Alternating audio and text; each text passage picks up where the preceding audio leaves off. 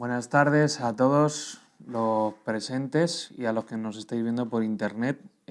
Hoy damos comienzo a un nuevo estudio bíblico sobre la carta o epístola de Santiago. Vamos a ir viendo versículo a versículo, quizás englobando versículos con temáticas o enseñanzas que vamos a ir viendo. Entonces, también pues iremos resolviendo también dudas que puedan surgir aquí en la clase para poder aprender pues más acerca de la Biblia y en concreto de esta epístola de Santiago, ¿vale? Entonces, hoy sobre todo vamos a ver más el tema de la introducción y quizás toquemos un poquito del capítulo 1, ¿vale? Pues la carta o epístola de Santiago está fechada o se cree o se estima que fue escrita entre el 48 y el 62 después de Cristo, ¿vale? El tema clave, por así decirlo, pues podría ser la fe que obra, ¿vale? Centra todo su mensaje en cuanto a la fe. Y luego, pues acerca del autor, pues se cree, o así es lo que durante mucho tiempo se ha establecido, se cree que fue el hermano mayor de Jesús, el autor, ¿vale? Que se llama Santiago y que, en las escrituras a veces se ve, es como el diminutivo también podría ser de Jacobo, ¿vale? De San Jacobo. Entonces, si vamos a 1 Corintios capítulo 15, versículo 5, dice: y que fue visto por Cefas y después por los 12 y después fue visto por más de 500 hermanos a la vez, la mayoría de los cuales aún viven y algunos ya duermen. Después fue visto por Jacobo y después por todos los apóstoles. Y aquí cuando habla de este Jacobo es precisamente, o se cree que es el hermano de Jesús, ¿vale? Es una carta compuesta por 5 capítulos, ¿vale? Son 5 capítulos, está después del libro de Hebreos. ¿Y qué más datos podemos decir acerca del autor?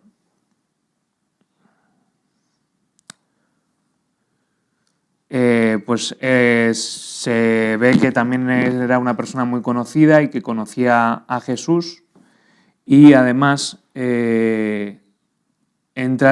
está dentro por así decirlo, entra a quedarse como a cargo Santiago de la iglesia, ¿vale? De la primera iglesia.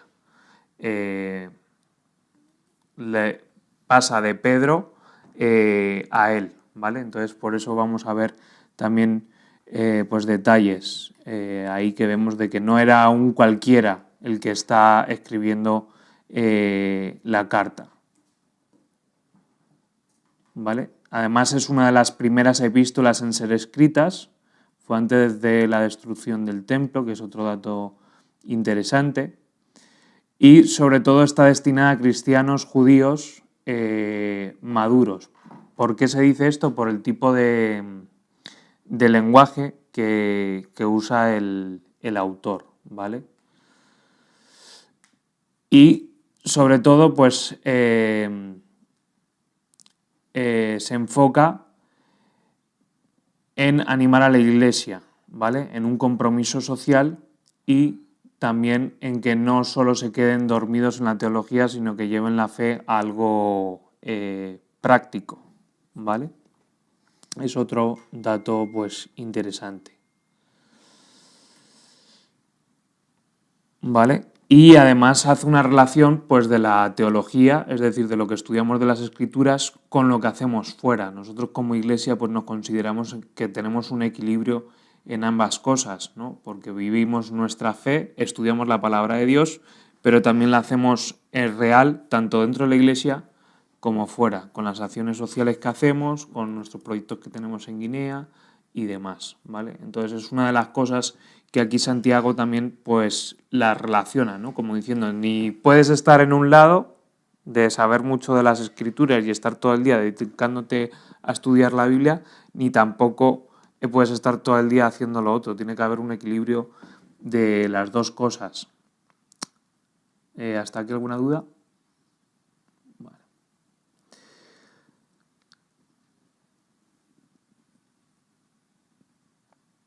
Más cositas.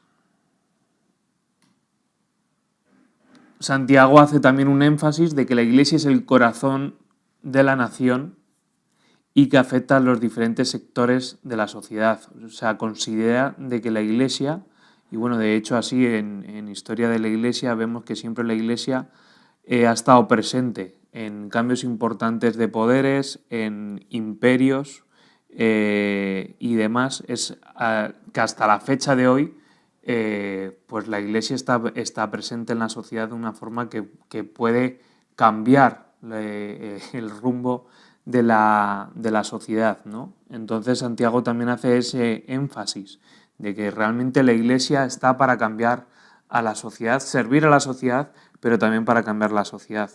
¿Cambiarla a qué? Pues llevarla más a acercarse al Señor, a buscar de Dios y hacer las cosas como Dios espera que las hagamos. Esta epístola pues trae también un balance en la fe, de que la verdadera fe se produce por obras y vidas cambiadas, ¿vale? Y tocadas. Evidentemente, no, como dice la Escritura, la fe sin obras es muerta. Y igual que pues, las obras sin fe, pues vale, eres un santurrón, pero si no crees en Dios no sirve absolutamente de nada, ¿vale? Bueno, un detalle también interesante es que Lutero decía que no era canónico, ¿vale? O cuestionaba el que pudiera estar dentro de la Biblia que conocemos actualmente, pero al final se decidió que esté en el canon y por eso está en nuestra Biblia, ¿vale? Más cosas que podemos ver acerca de este libro.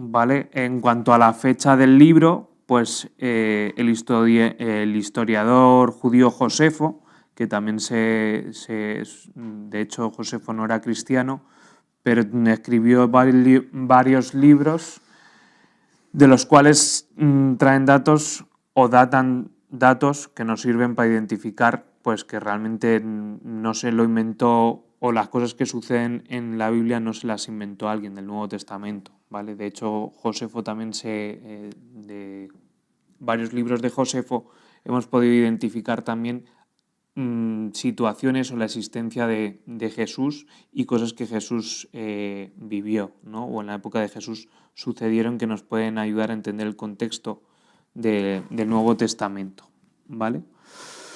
Entonces, Josefo dice que Santiago murió apedreado en el año 62 después de Cristo, ¿vale? Es decir, Josefo, un historiador, registra que Santiago murió apedreado en el año 62 después de Cristo. Por eso, la última fecha que se pone es del 48 al 62, porque se entiende que la tuvo que terminar de escribir antes de morir, ¿vale?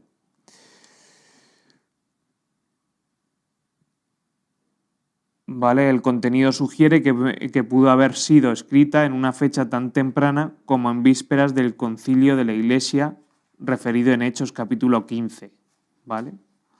El cual se reunió alrededor del año 49 después de Cristo. No podemos ser dogmáticos o, ¿cómo se dice?, poner exacto el punto, pero se estima que fue el 49 después de Cristo. Entonces, por no pillarse, pues se dice del 48 al 62, pero se estima que fue pues en el 49 después de Cristo. El propósito ya lo hemos comentado. Una de sus preocupaciones, ¿vale?, era el significado de la experiencia y la práctica de la fe cristiana e hizo avanzar los propósitos prácticos del Evangelio, ¿vale?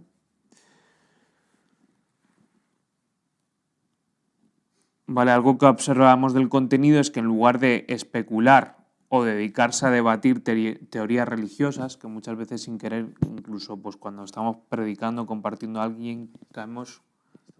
¿Eh? ¿El micrófono ahí está bien? Tengo el otro. Vale. Perdón, no lo he visto. Nada.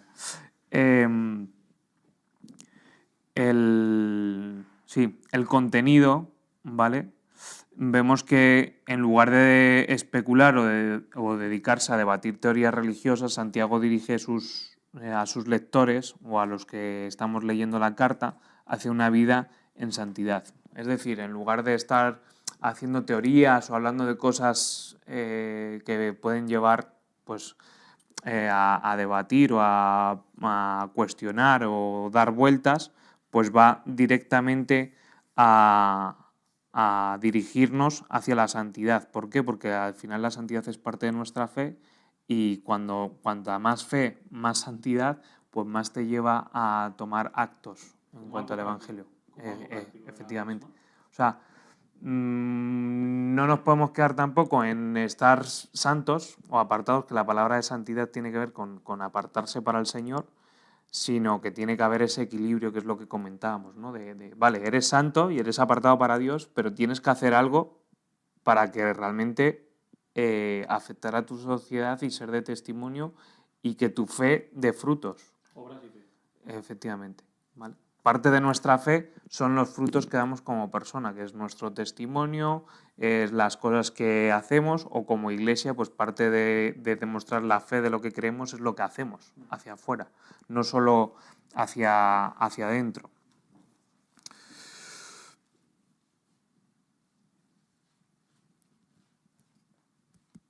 Vale, desde el principio a fin, es otro dato interesante, el tono de la carta es imperativo. Se pronuncian 54, que aquí lo dice en la Biblia, 54 mandatos en 108 versículos y 7 veces Santiago llama la atención a sus planteamientos con firmeza y autoridad. Es decir, es tajante, es directo, ¿no? Muestra como que está hablando con autoridad. No es un si puedes, fíjate, si puedes, haz no sé qué, ¿no? Requiere actitud inmediata, ¿vale?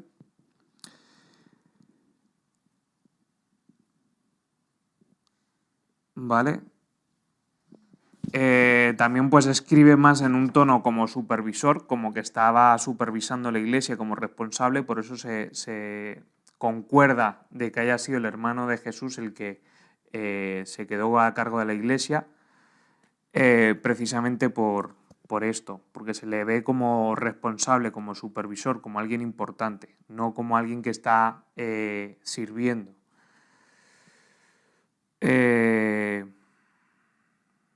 Bueno, como aplicación personal o resumen quizás de toda la epístola más llevado a nosotros, a la práctica, el libro nos lleva a una vida ética basada en las enseñanzas del Evangelio. El autor hace una exposición práctica de una religión pura y sin mácula. Sus dos énfasis fundamentales son el crecimiento personal en la vida espiritual y la sensibilidad cristiana en la esfera de las relaciones sociales, ¿vale? Por eso decíamos el equilibrio, ¿no? Es tu santidad, es tu relación con Dios, es tu fe, que lo tienes que cuidar, que lo tienes que hacer crecer, pero también tu relación hacia afuera, ¿vale? Y aquí lo que vemos es que toda fe que no se ocupe de las cuestiones personales y sociales es una fe muerta, que es lo que estábamos diciendo antes, ¿vale?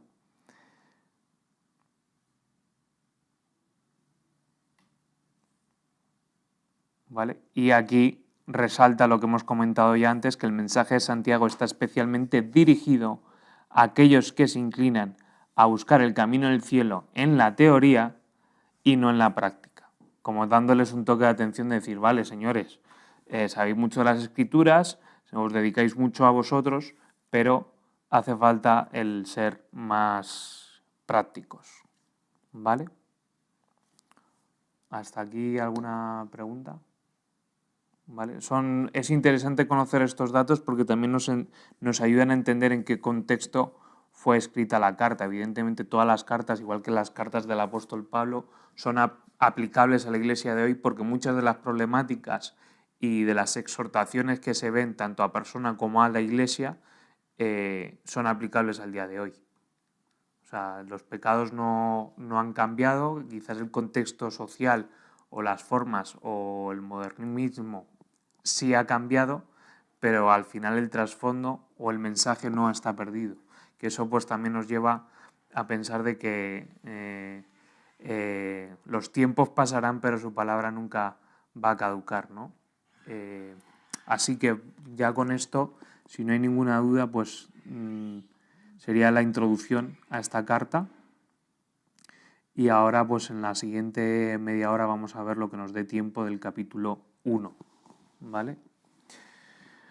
Comenzamos, Santiago capítulo 1, dice el versículo 1, dice: Santiago, siervo de Dios y del Señor Jesucristo, que antes aunque decíamos que se presenta así como siervo, pero realmente el tono de la carta es más de responsable, de supervisor, ¿no? Del Señor Jesucristo a las 12 tribus que están en dispersión. Aquí cuando está hablando a las 12 tribus lo habla en el sentido de englobar a toda la iglesia, a todo cristiano, ¿vale? No está dirigiendo la carta a alguien, a los que están cerca y a los que están lejos, pero también a todo tipo de creyente, ¿vale? Los 12 tribus originales de Israel, ¿no? Claro, claro. Sí, que dice a las 12 tribus que están en dispersión, pero hace esa alusión como para englobar a todo, al que está aquí y al que está fuera, ¿vale? O sea, no es como las cartas de Pablo, que carta para los corintios, carta para los efesios, carta para los romanos, ¿vale? Universal. Eso es. Dice: hermanos míos, versículo 2, tened por sumo gozo cuando os halléis en diversas pruebas, sabiendo que la prueba de vuestra fe produce paciencia. O sea, aquí ya nos está dando el primer punto, lo vamos a terminar de leer hasta el versículo 5, dice: mas tenga la paciencia su obra completa, para que seáis perfectos y cabales sin que os falte cosa alguna. Y si alguno de vosotros tiene falta de sabiduría, pídala a Dios, el cual da a todos abundantemente, sin reproche, y le será dada, ¿no? Ya empieza aquí con un tema que a todos los cristianos pues, nos afecta, las situaciones de prueba, ¿no? Que es donde más se prueba nuestra fe, igual que Job fue probado en multitud de pruebas, ¿no? Pues muchas veces nuestra vida cristiana pues, se ve expuesta a diversas pruebas, ¿no? Y aquí lo que está pidiendo es que además lo tengamos por gozo, el estar en pruebas. Es uno de los puntos más difíciles, porque cuando uno está en prueba o en situaciones difíciles, en conflictos, puede ser en la familia, en el trabajo, en la iglesia, en tu matrimonio, con tus hijos, pues lo menos que te sale es estar gozoso, decir: ay, gloria a Dios, qué estupendo, qué estupendo lo que me está tocando vivir. Pero dice que si lo tenemos por sumo gozo, sabiendo que la prueba, o sea, tenerlo por gozo porque la prueba de vuestra fe produce paciencia, sabiendo que eso va a traer paciencia, que eso te va a hacer crecer. Aquí nos está hablando del crecimiento de nuestra fe, porque con las pruebas Dios las permite no para castigarnos, sino precisamente para hacernos crecer, ¿no? Es como cuando te ponen un examen, es para ver si has aprendido la lección, ¿no? O cuando están preparando a los militares, que muchas veces por la vida cristiana es un símil de una batalla, los militares tienen que ser puestos a prueba, ¿no? Hacen misiones parecidas a la real para ser puestos a prueba. Y luego, evidentemente, van cogiendo más experiencia según van estando en el campo de batalla, ¿no? Y en nuestra vida, pues, es del estilo, ¿no? Entonces, aquí vamos a sacar 4 cosas esenciales para triunfar en las pruebas, ¿vale? punto número 1. El punto número 1 es tenemos que mantener una actitud gozosa, ¿vale? El gozo no es felicidad, el gozo es un fruto del Espíritu de Dios, ¿vale? Es un producto del cielo en la tierra, ¿vale? De que a pesar de que deberías de estar desanimado o triste, sale ese, podríamos decir, por así decirlo, un positivismo, ¿no? El tener de yo sé que esto lo voy a pasar, sé que esto Dios lo está permitiendo para algo bueno. Yo sé que estoy contento porque aunque no tengo esto o me está pasando esto o estoy viviendo esta situación, voy a salir aprobado, voy a salir diferente, ¿no?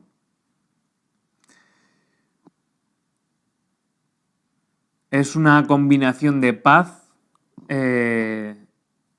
y de sentimiento de pertenencia, ¿no? De que muchas veces hay personas que se sorprenden, ¿no? De con toda la que te está cayendo, ¿cómo puedes estar tan tranquilo, tan confiado, ¿no? Y es porque realmente hay un gozo, en una confianza extrema en que Dios está con nosotros, que Dios está al cargo de todo y te hace estar en esa situación de gozo, de positivismo, ¿no? Y como decía, pues todos vamos a pasar por pruebas. Hay pruebas que vienen solas y otras por ser cristiano, otras porque Dios tiene un objetivo contigo, ¿cómo se dice? En específico o quiere sacar a relucir algo en específico, ¿no? En el momento que estás viviendo la prueba o el problema, dices, bueno, ¿y esto para qué, Señor? ¿O esto para qué me lo estás mandando? ¿No? Pero ya luego cuando has pasado la prueba, miras hacia atrás y dices, bueno, querías que aprendiera esto, ¿no? O de repente te encuentres con alguien que está pasando por esa situación y ahí es cuando entiendes el propósito. Bueno, Dios permitió que yo pasara por esto para poder animar a esta persona, para poder orar a esta persona, para exhortarle, enseñarle, ¿no?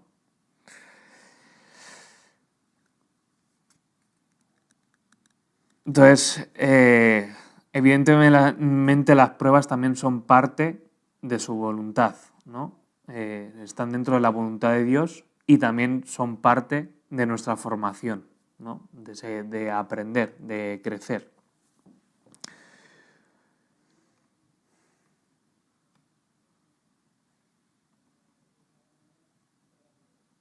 Aquí también algo que comenta, dice, mas tenga la paciencia su obra completa para que seáis perfectos y cabales, sin que os falte cosa alguna. Y si alguno de vosotros tiene falta de sabiduría, pídale a Dios. ¿Por qué relaciona la falta de sabiduría con el tema de las pruebas? Porque hay pruebas o hay situaciones que también se producen por falta de sabiduría nuestra, por no pedir consejo, por no orarlas, por no meditarlas, por irnos de cabeza, ¿no? Y eso no es todo lo que vivamos o las pruebas que vivimos, no siempre Dios tiene la culpa. Evidentemente Dios nos ayuda a soportarlas y a salir de ellas, pero hay cosas que a veces nos metemos en fregados que no nos tenemos que haber metido y ha sido por decisiones nuestras, no porque Dios ha permitido que te metas ahí. Él evidentemente sabe, ¿no? Porque es omnisciente y sabe lo que estás viviendo, lo que vas a vivir, lo que has vivido. Pero no podemos responsabilizarle, no, es que ha sido Dios. No es que es culpa de Dios, ¿no? O es como la tentación. No, es que ha sido el diablo el que me ha puesto esa tentación ahí. No, hay cosas que eres tú el que se ha metido. Si has ido a un sitio que puede ser tentación para ti, pues evidentemente no le eches la culpa al diablo. Eres tú el que has decidido el ir a ese sitio sabiendo que ya tenía sus riesgos o sus consecuencias, ¿no? O yo qué sé, o te metes a comprarte algo que no has hecho las cuentas bien y te endeudas y estás con el agua hasta el cuello todos los meses por una mala decisión o una mala gestión, ¿no? Entonces, por eso aquí está relacionando también la sabiduría, ¿no? De que si nos falta sabiduría, que se la pidamos a Dios, ¿no? Y además eso va relacionado con la paciencia, ¿no? Mas tenga la paciencia su obra completa para que seáis perfectos y cabales, ¿no? Y cabales tiene que ver con el tener controlada la situación, ¿no? Ser capaces de controlar la situación en las circunstancias.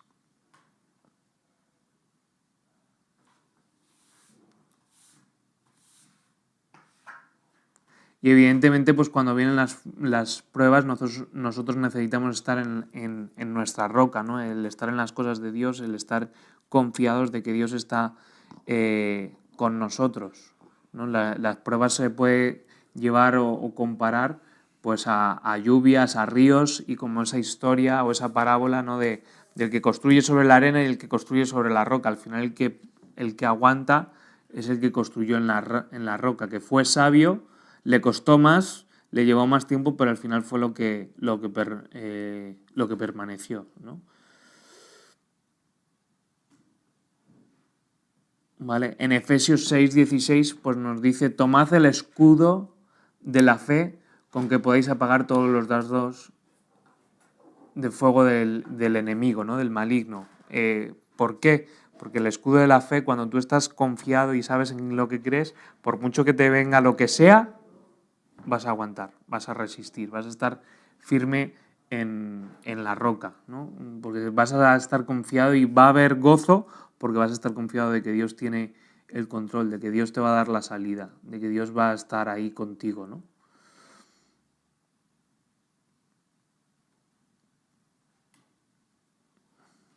Y evidentemente pues la fe se incrementa bajo la prueba. Cuanto más estemos probados, más va a crecer nuestra fe si permanecemos, ¿no? Porque muchas veces lo que más cuesta es ver la salida. Y después, cuando ya has salido, pues y ves la grandeza de Dios y que Dios te ha ayudado y que Dios ha estado ese tiempo de prueba contigo acompañándote, pues sales más, ¿cómo se dice? Más firme, más agrandado, por así decirlo, ¿no? Es como cuando compras algo y dices: voy a comprar esto, a ver si funciona, y lo pruebas y funciona, ¿no? Pues muchas veces las pruebas es así, ¿no? En el momento no sabes si va a funcionar, si esto va a servir para algo, pero después dices: pues oye, pues de verdad que Dios ha estado ahí, Dios ha cumplido. Y hay muchos momentos en los que también aguantamos las pruebas precisamente en esto de la sabiduría, porque viene a memoria nuestra otras situaciones que Dios nos ha sacado, otros testimonios que conocemos de que personas han salido de situaciones así. O yo en mi vida personal he vivido situaciones en las que digo: bueno, hay otras personas que están en otras pruebas diferentes, pero peores, y Dios les sacó igual. Dios me puede sacar de esta, ¿no? Traer como ese pensamiento de saber que Dios está ahí.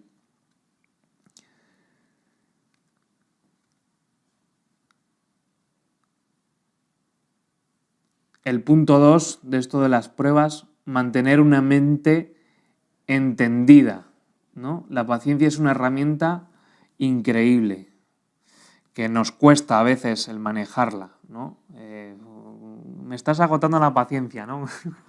Que la paciencia es como algo,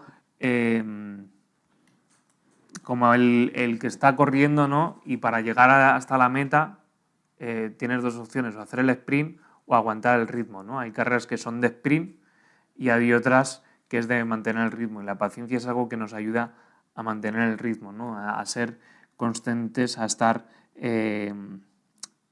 tranquilitos, o en quietud, ¿no? O en calma, ¿no? De saber, bueno, sé, Señor, que hoy he estado orando, te he estado pidiendo que me ayudes con esto, no hay respuesta, pero yo sé que llegará el momento de la respuesta, ¿no? Y esa es la paciencia.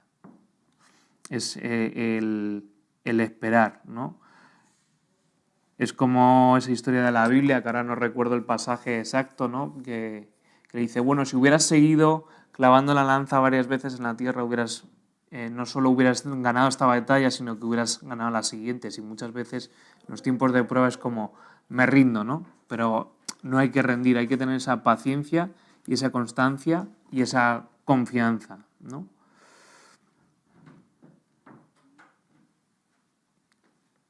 Dios, además, cuando nos mete en un proceso, Él no tiene prisa, Él sabe lo que quiere hacer y lo va a hacer a su ritmo, ¿no? Y por eso nosotros tenemos que ser entendidos y tener esa paciencia, entender que es un proceso, entender que Dios está trabajando con nosotros. Y con fe y paciencia pues heredamos las promesas que Dios tiene, ¿no? Dios es como el Padre. El Padre, Dios es como nuestro padre y los padres nunca dan a los hijos todas las cosas de forma inmediata, ¿no? Hay momentos en los que el hijo tiene que tener la paciencia de, no, ahora no, te esperas. Tienes que esperar a que terminemos de preparar la comida, o tienes que esperar a que podamos comprarte lo que quieres, ¿no? Pero el padre no se olvida de la petición y de las necesidades del hijo, ¿no? Sino que busca el cubrirlas. El tercer punto es una voluntad rendida, ¿no? Que lo hemos dicho, cuando tú incrementas la paciencia, te vas a volver una persona madura, íntegra, prudente, cabal, y esto pasa cuando uno tiene su voluntad rendida, es decir, bueno, Señor, estoy en este proceso, haz tu voluntad, haz lo que tú quieras, ¿no? Yo te expongo los hechos, ¿no? Esto es lo que estoy viviendo, en esto es en lo que estoy, y yo sé que solo tú puedes obrar. Hay veces que la respuesta viene rápido y hay veces que el proceso es largo. Como decíamos antes, hay pruebas que son de parte de Dios y que vienen directamente de parte de Dios, y hay otras que nos las hemos buscado nosotros sin querer, pero claro, para pedir ayuda siempre vamos a Dios, ¿no? Pero Él siempre cumple. Y a Dios le gusta que nosotros nos rindamos, a Él, que le reconozcamos, porque hay también muchas situaciones que Dios las usa, las pruebas, que también lo vemos en la Biblia, con el fin de demostrar que Dios es Dios, ¿no? En el sentido de que a veces nos lleva a situaciones en extremo o difíciles para decir, ¿sabes qué? Ni tu conocimiento ni lo que tú eres puede resolver esto, pero yo puedo cambiar que esto pase de negro a blanco y ya está. Y hay muchas pruebas que es así, ¿no? Que Dios está generando esa situación para demostrar y llevarse Él la gloria, ¿no? Y de que tú luego puedes dar testimonio. Mira, yo estaba en esta situación, estaba viviendo esto, no había manera de enfrentar estas cosas y de repente sucedió esto y esto y esto y yo sé que Dios ha sido, ¿no? Y ahí Dios está llevando la gloria, porque tú en el momento de que tú estás dando testimonio de que has pasado esas cosas, le estás dando la gloria a Dios. Y hay muchas veces que pues se nos olvida, ¿no? De que Dios es Dios y que Dios es soberano, y a veces Dios tiene que venir y darnos un toque de humildad, de vas a pasar por aquí para que te acuerdes de que yo soy Dios, ¿no? De que yo soy tu Señor, de que yo estoy al control de tu vida, ¿no? Porque hay muchas personas por ahí que van con ese pensamiento, no, yo soy el dueño de mi vida, pero pasa un camión, ya se te acabó el dueño de tu vida, pero Dios sí que tiene el botón de sí o no, ¿no? De decidir de cuándo es tu tiempo. Y al final ahí en el versículo 5 dice, y si alguno de vosotros tiene falta de sabiduría, pídala a Dios, el cual da a todos abundantemente sin reproche y le será dada, ¿no? Otro punto pues para las pruebas, evidentemente, el pedir la sabiduría, ¿no? De que Dios nos dé el discernimiento, el entendimiento para hacer las cosas.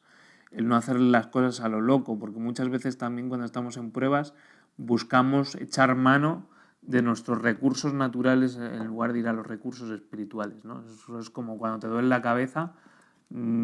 Hay pocas veces, yo creo, que nos ponemos, ay Señor, quítame este dolor de cabeza, que no tenga que tomar ibuprofeno o paracetamol, ¿no? Directamente vas a la pastilla y ya está. Y en otras cosas que igual, ¿no? Estás apretado económicamente o hay otras, pues con el psicólogo, o a pedir un préstamo, a no sé qué. Y son las acciones rápidas que a lo mejor, pidiendo sabiduría de parte de Dios y discernimiento, a lo mejor hay otras soluciones sin que te tengas que meter en sitios que Dios no quiere que te metas, o acciones que puedan traer luego otras repercusiones, ¿no? ¿Y cómo viene la sabiduría? Pues viene por el temor de Dios, ¿no? Por reconocer, porque si tú le pides a Dios sabiduría es que tú estás reconociendo de que tú necesitas de su sabiduría, ¿me explico? De que tú no, de que tú estás entregando tu voluntad, pero no solo entregando tu voluntad, sino reconociendo de que Él sabe más que nosotros, ¿no? Porque sus caminos no son nuestros caminos, ¿no? Su propósito no es nuestro propósito, es el suyo, es lo que Él quiere y Él sabe cómo hacer las cosas. ¿Vale? Hasta aquí bien. Amén. Ok, versículo 6. Hasta aquí hemos visto, repito, los 4 puntos que hemos visto, los títulos, las 4 cosas esenciales que nos ayudan a triunfar en las pruebas. Es que tenemos que mantener una actitud gozosa, estar gozosos ante las pruebas. El 2, mantener una mente entendida y tener paciencia. Rendir nuestra voluntad ante Dios. El tercero. Y el último, el pedir sabiduría a Dios. ¿Vale? Son ahí 4 puntitos especiales que sacamos de estos 5 primeros versículos.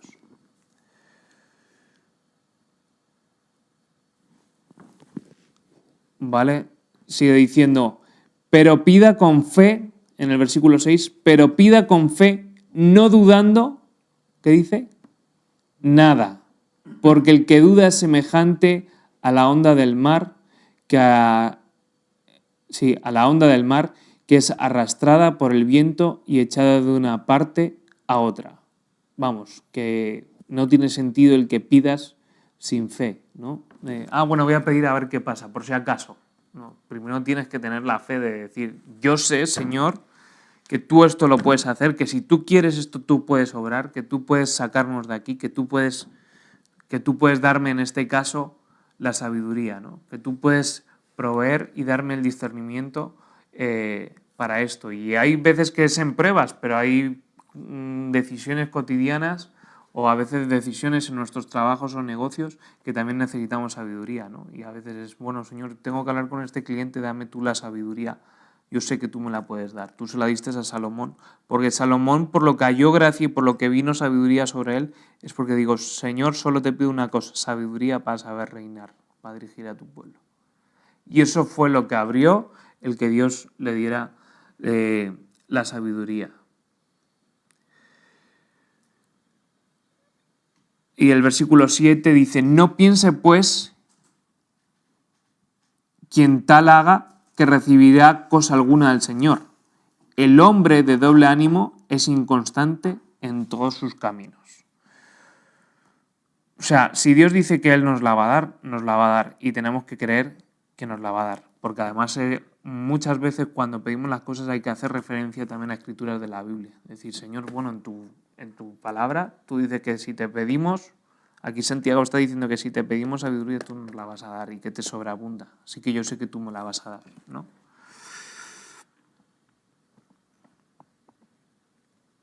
¿Vale? Y evidentemente, pues si no tienes fe, no vas a recibir lo que el Señor quiere. Y después dice, el hombre de doble ánimo es inconstante en todos sus caminos, ¿no?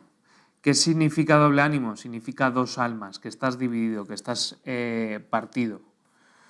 Y una de las cosas que requiere el ser cristiano es precisamente no ser de doble ánimo, sino ser constante, de constantemente estar en la roca, constantemente saber quién es Dios, constantemente saber quién es Jesús, constantemente estar firme en sus cosas, ¿no? No estar como una montaña rusa, ¿no? Hoy estoy aquí, estoy súper animado y hoy estoy aquí abajo.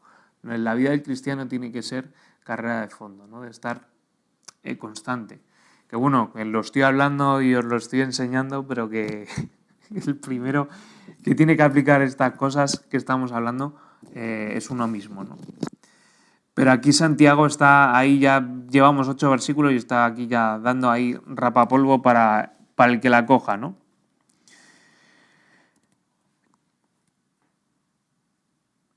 Evidentemente, pues en nuestra vida tenemos que tomar decisiones, ¿vale? Y a veces uno tiene que elegir o una cosa o la otra, ¿no? ¿Y qué es lo que nos puede ayudar en la toma de decisiones, ¿no? Que al final va en relación con el tema de las pruebas y que también nos va a ayudar a no ser fluctuantes, ¿no? Porque también una persona de doble ánimo es una persona dudosa, ¿vale? Dudosa. De que, bueno, puede que sí, puede que no. Oye, ¿tú qué opinas de esto? Pues no lo sé, ¿no? Y está ahí como en el medio. O un día dice, hoy me apetece decir esto y mañana digo lo otro, ¿no? o estás para tomar una decisión y, bueno, voy a hacer esto, pero luego no voy a hacer esto, ¿no? También se refiere, ¿no? También a lo mejor a que doble ánimo, que tú pides las cosas por fe, pero luego acabas buscando las cosas por el mundo. Claro. ¿No? O sea, es decir, lo que tú decías de Señor, ayúdame con este préstamo, o dame sabiduría para ver qué problema tal. Y pides a Dios, pero luego estás pidiendo un préstamo, ¿no? O sea, Correcto. que también por ese lado, ¿no? Sí. Evidentemente, si tú has estado orando, le has pedido sabiduría, no sé, y al final tú lo que entiendes es, creo que lo más sano es pedir un préstamo, lo voy a poder enfrentar, lo voy a poder pagar o tal, pues no... Sí, no dejar de hacer una cosa. Claro, el problema está cuando tú quitas a Dios de la ecuación. Decir, bueno, yo he orado, pero como no he tenido respuesta, pues ya me busco, o directamente, digo, para estas cosas que son de la iglesia, sí las oro, pero estas cosas que tienen que ver con mi vida personal, mi entretenimiento y mi ocio, yo decido lo que me da la gana. Pues al final eso es doble ánimo o doble vida, o no estás siendo constante en lo que tú crees y lo que Dios espera de nosotros, ¿no? De que nuestra fe sea constante, ¿no?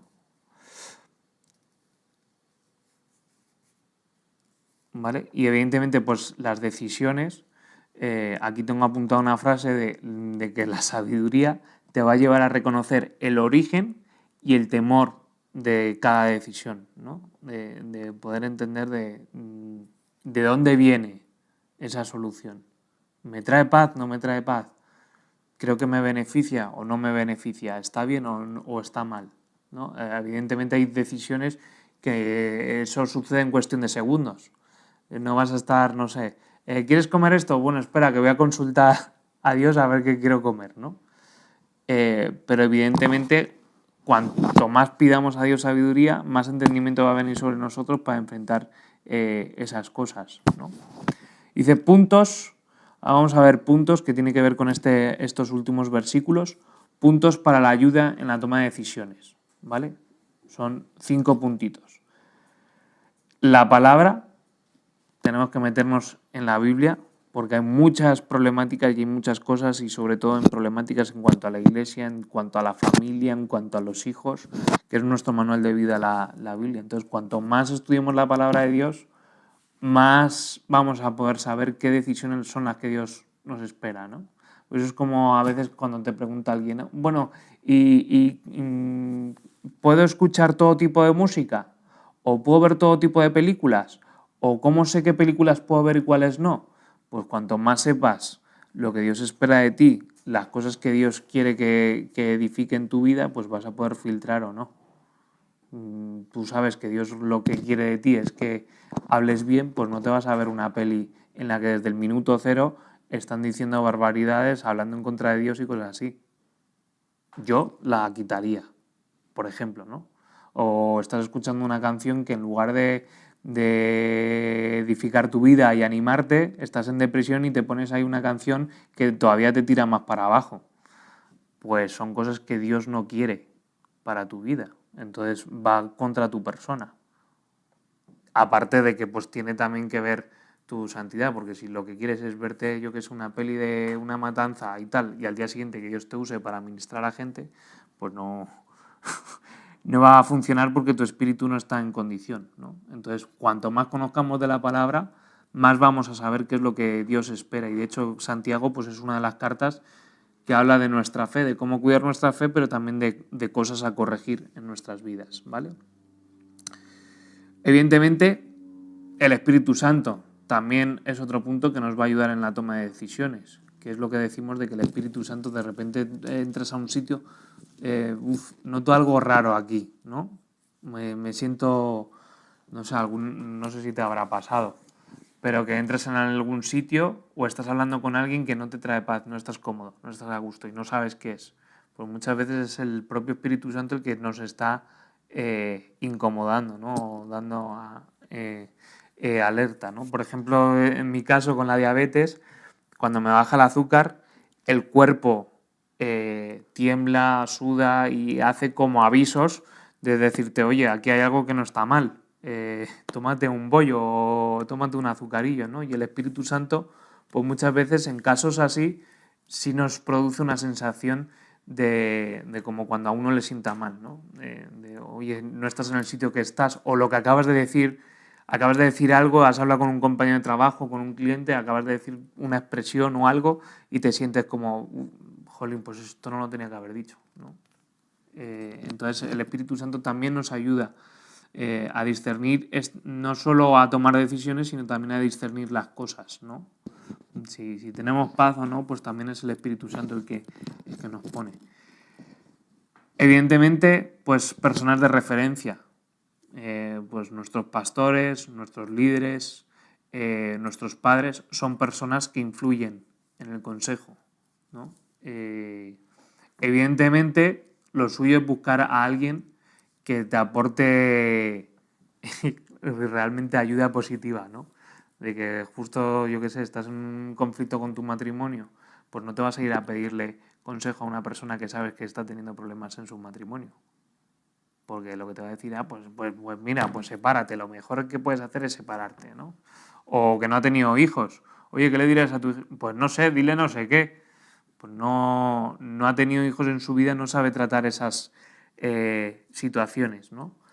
Yo soy del pensar que cuanto más podamos pedir consejos dentro de la iglesia, mejor, tanto para cosas de iglesia como no. Evidentemente hay en contextos que si tienes que pedir cómo tratar al cliente Pepito, pues lo suyo es que quien te va a poder asesorar mejor va a ser alguien que haya tratado con el cliente Pepito un cliente parecido, ¿no? Y no va a estar dentro de la iglesia, ¿no? Pero que sean personas que realmente nos traiga paz y sepamos que realmente nos va a ayudar positivamente en esa toma de decisión y que va a velar por nuestra seguridad, ¿no?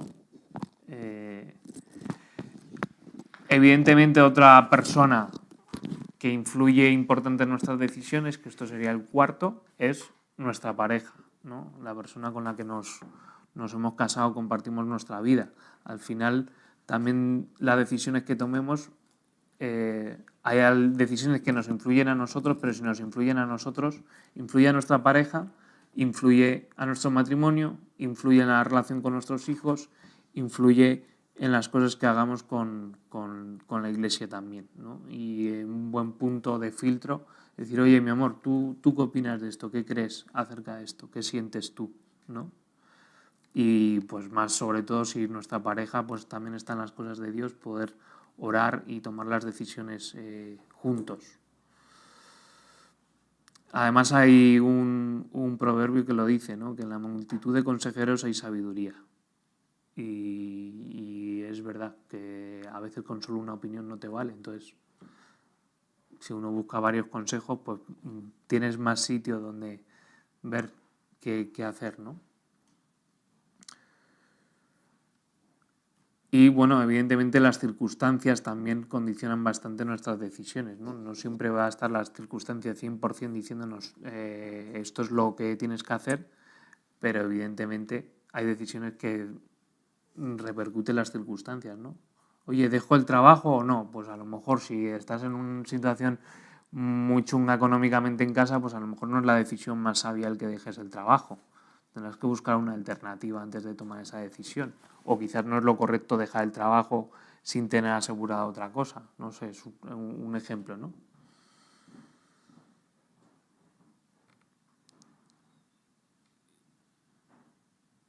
Y bueno, otra cosa que tiene que ver con estas cosas es que cuando le pidamos algo a Dios, pidamos ayuda, que después cuando venga la respuesta del Señor seamos agradecidos, ¿no? Como todo lo que Dios nos da.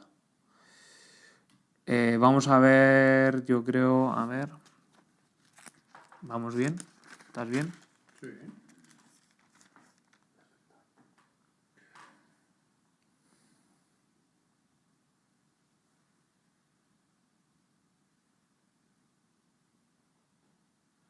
Vale, pues vamos a ver hasta...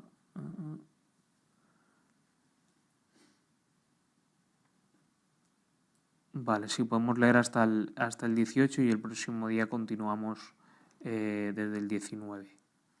¿Vale? Me lo voy a marcar, bueno, luego me lo marco yo también.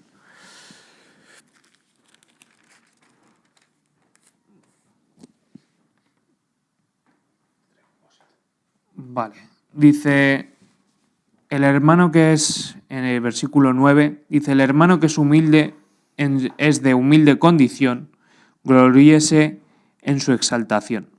Pero el que es rico en su humillación, porque él pasará como la flor de la hierba.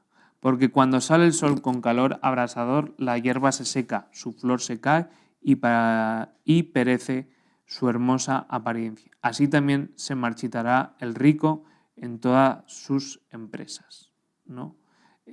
Aquí pues lo que está hablando es de que tenemos que vivir con ese sentido de humildad, ¿no? Evidentemente no es que Santiago esté deseando que los ricos se pudran y que se les estropee el negocio, ¿no? Pero muchas veces las personas que a cuanto más poseen, ¿no?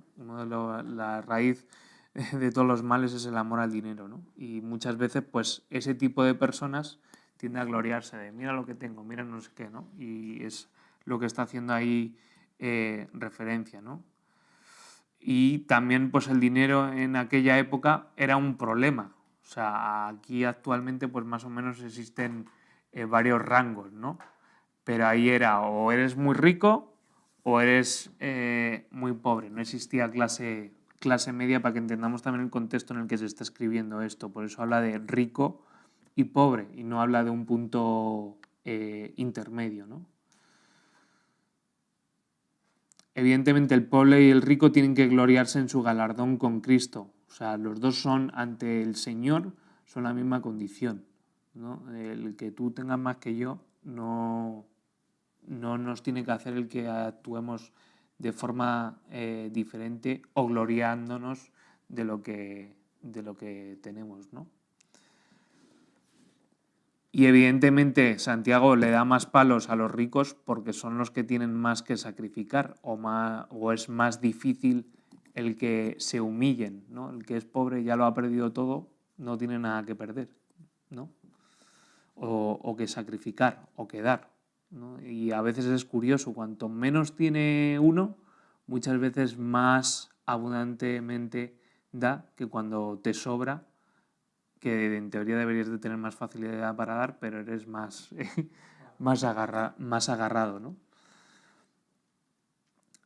Tenemos que entender que somos coherederos con Cristo y Él tiene cosas para ti, que solo se puede acceder a ello por medio de la fe, ¿no? Y eso es la esperanza que tenemos que tener todos, ¿no? Y ante Dios somos todos iguales, Él tiene cosas para cada uno de nosotros y de igual manera, equitativamente, Él quiere darnos lo mejor para todos nosotros, ¿no? No hace acepción de personas y tampoco hay que sacar de contexto bueno, es que en Santiago he leído que tú, que eres mi jefe, tu empresa se va a perder porque eres rico y tienes más pasta que yo. Pues no está diciendo eso.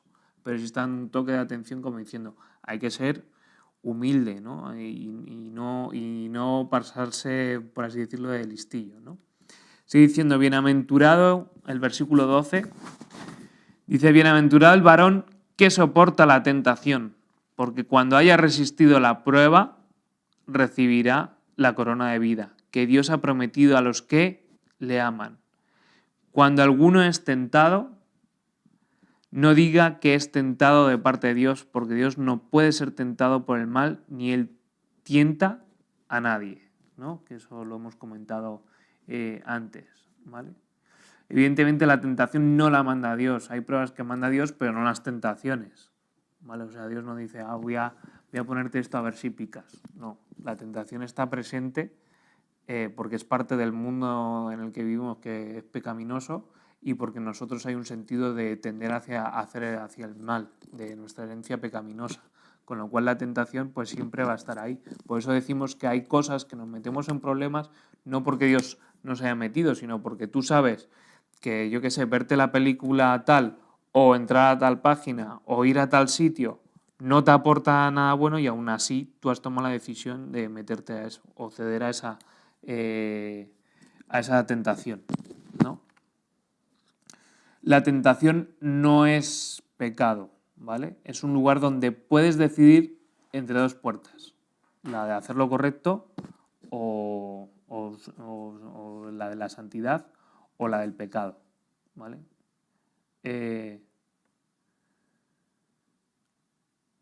Y evidentemente no hay un lugar donde no tomemos ninguna de las dos. O sea, es o caes en la tentación o tomas el camino opuesto. No hay un punto medio, es o sí o no. Y ya está. ¿Vale? Pero la tentación como tal no es pecado.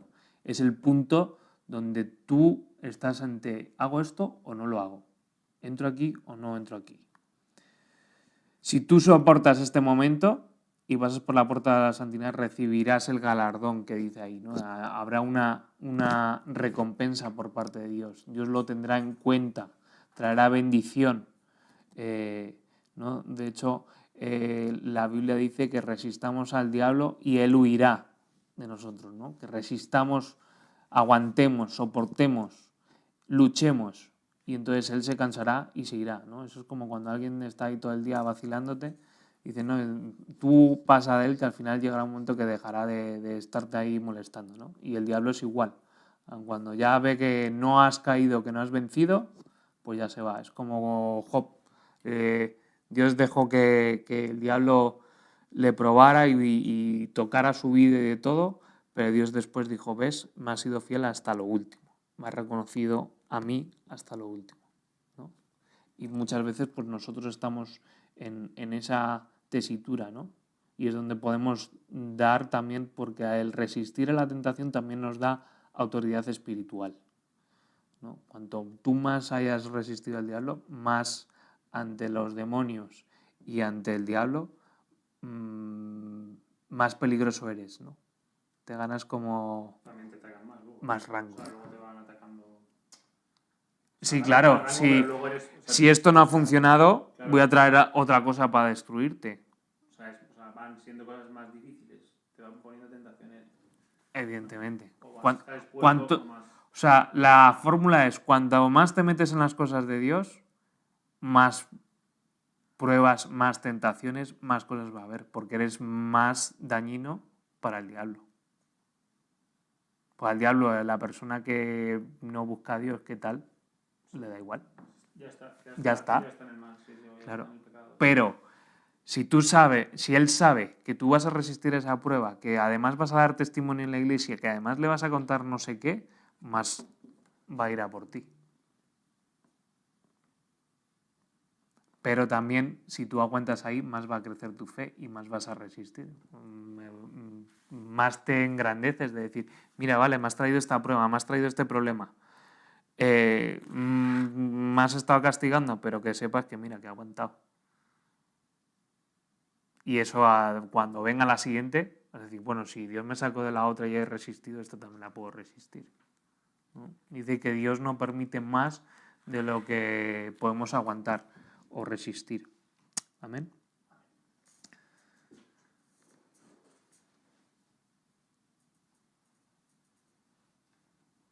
¿Vale? Versículo 13, que lo hemos leído también. ¿Vale? Evidentemente, pues lo está diciendo claro Santiago, que no debemos decir nunca que Dios es el que nos está tentando o que Dios nos ha puesto la tentación. O es que Dios me la ha mandado esto, o es que Dios ha permitido esto. No. Las tentaciones no las pone Dios. Dios nos da la prueba y nos asegura que está ahí para ayudarnos a aguantar y a resistir y darnos las herramientas para salir de esa situación. Versículo 14. Hemos dicho hasta el 16, ¿no? 18. Hasta el 18.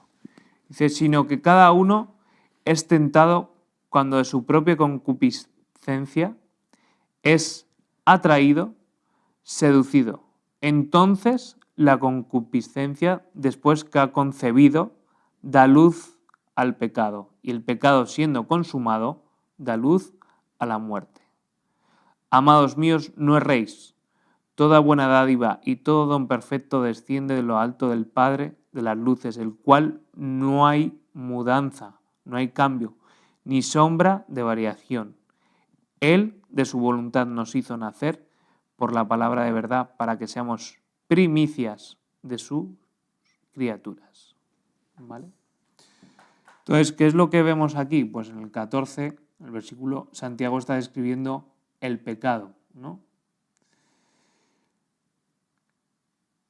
Ahí cuando dice cada uno, se refiere que cada uno es responsable, somos responsables, ¿no? Dice, sino que cada uno es tentado, o sea, tú eres tentado, tú eres el responsable de esa decisión, de la tentación, ¿vale?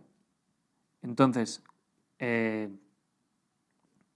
la concupiscencia que dice ahí, dice, es la puerta que abrió Adán y que solo Cristo puede cerrar, ¿no?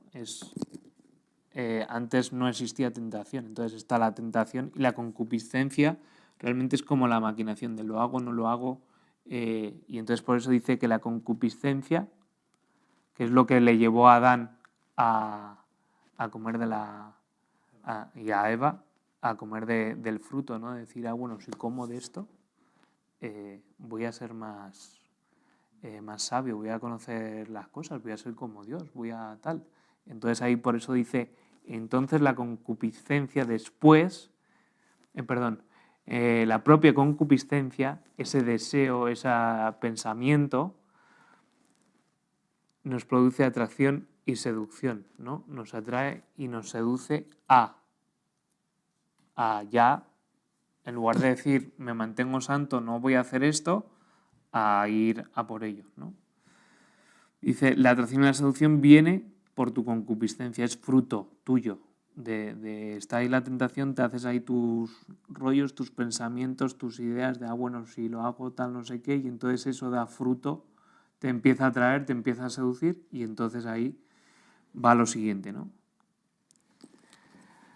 Y dice, entonces después la concupiscencia, después que ha concebido, da a luz, porque es decir, te atrae, te seduce, entonces tú ya tomas la decisión y entonces ya está el pecado, porque ya lo has ejecutado, ya lo has hecho, ya no hay vuelta atrás, ¿vale? Entonces dice que después el pecado, siendo consumado, da luz a la muerte, porque ya por ser pecador estás condenado a ser muerte. Lo único que nosotros, por así decirlo, tenemos un seguro de vida, que es Jesús, que dice que abogado tenemos con el Padre, que es Jesús, el cual dirá, no, este hombre ha hecho todos estos pecados y ha metido la pata, pero me ha reconocido a mí como Señor y Salvador, yo pago su deuda, yo la pagué en la cruz, yo morí por él, yo ya pagué esa muerte, ¿vale?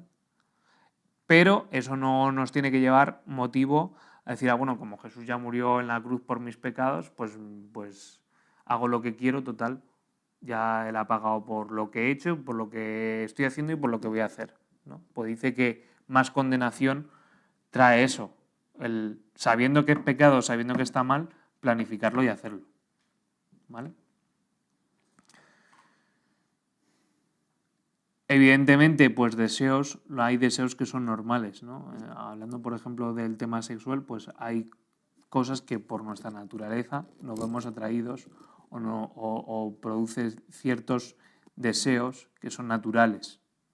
La diferencia es qué haces con esos deseos, si los satisfaces o no, ¿vale? Igual que, yo qué sé, puedes ver un coche y decir, bueno, pues deseo eso, pero ya si para tener eso pues lo robas, pues ya has cometido pecado, ¿no? O me apetece una hamburguesa, vale, pues págala, ¿no? Como pongo ejemplos así tontos, pero que es aplicable, ¿vale?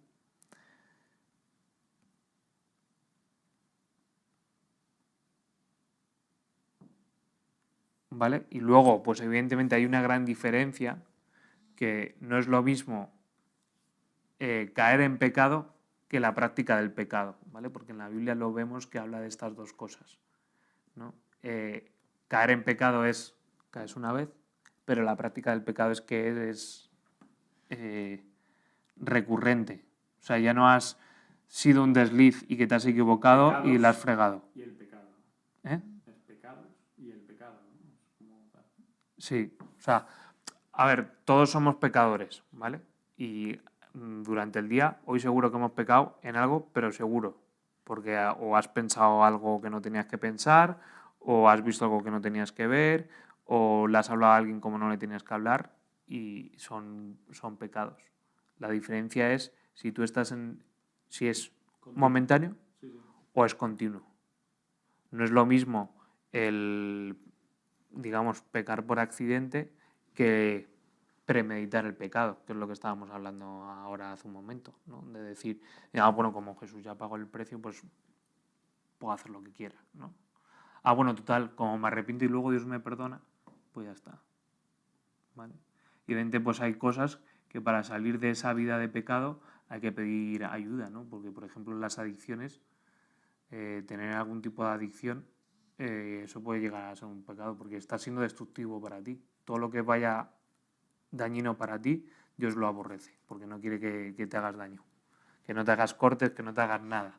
Entonces, pues ya si es, sea pinchazo, sea fumar, sea ludopatía, sea incluso vicio, ¿no? Que ahora con todo esto, la pandemia, de estar enganchado al ordenador, de descuidar otras, todo lo que lleve a destruir algo de tu vida, evidentemente puede llegar a ser pecado.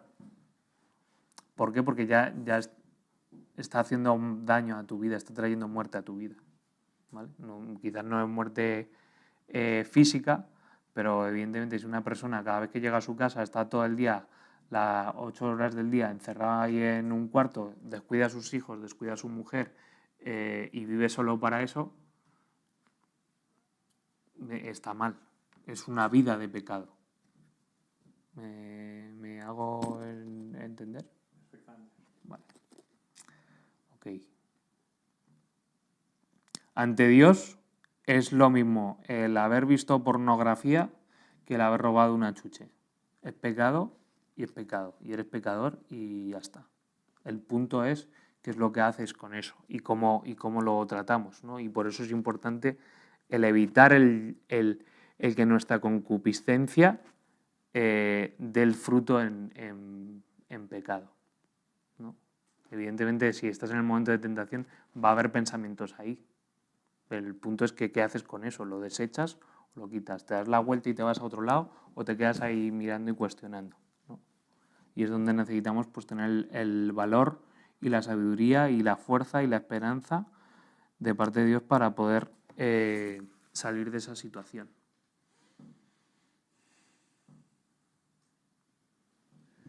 ¿Vale?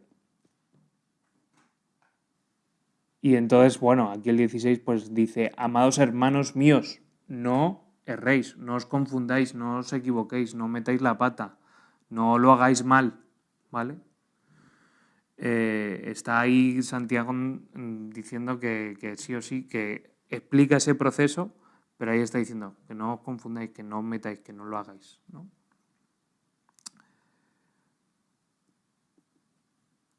Vale, el próximo día retomaremos desde aquí para ver 4 pasos para vencer la tentación, ¿vale? Lo que hemos visto aquí, desarrollarlo un poquito más y continuaremos para terminar, que nos quedan muy poquitos versículos del capítulo 1 y ya empezar el capítulo 2, ¿vale? Yo estimo que serán 4 clases, más o menos, 4 o 5 clases las que demos de Santiago, ¿vale? Aparte de la de hoy. ¿Alguna duda? Bueno, Señor, gracias por este día, gracias por la oportunidad de compartir este tiempo, gracias por lo que hemos podido aprender, por la introducción y estos versículos que hemos visto de Santiago. Ayúdanos a vencer la tentación, a salir de esos espacios, de esos lugares de tentación y también que tú nos des, como decía Santiago, de pedirte sabiduría para ser entendidos en los tiempos, entender cada situación, cada circunstancia, tomar las decisiones correctas y también poder aguantar y sobrepasar, Señor, los tiempos de prueba, estar gozosos y confiados de que tú estás siempre con nosotros, de que tú siempre nos das la sabiduría y el discernimiento y la salida a cada problema, a cada circunstancia que vivamos y que en todo momento la gloria sea para ti, que no nos gloriemos por encima de los demás, Señor, sino darte la gloria solamente a ti, Señor. Guárdanos ahora de vuelta a nuestras casas y que podamos seguir avanzando en este estudio. En el nombre de Jesús. Amén. Amén. Pues que Dios os bendiga. Gracias a todos los que nos habéis acompañado viendo este estudio, a todos los que habéis estado aquí en clase y nos vemos en la siguiente clase. Que Dios os bendiga.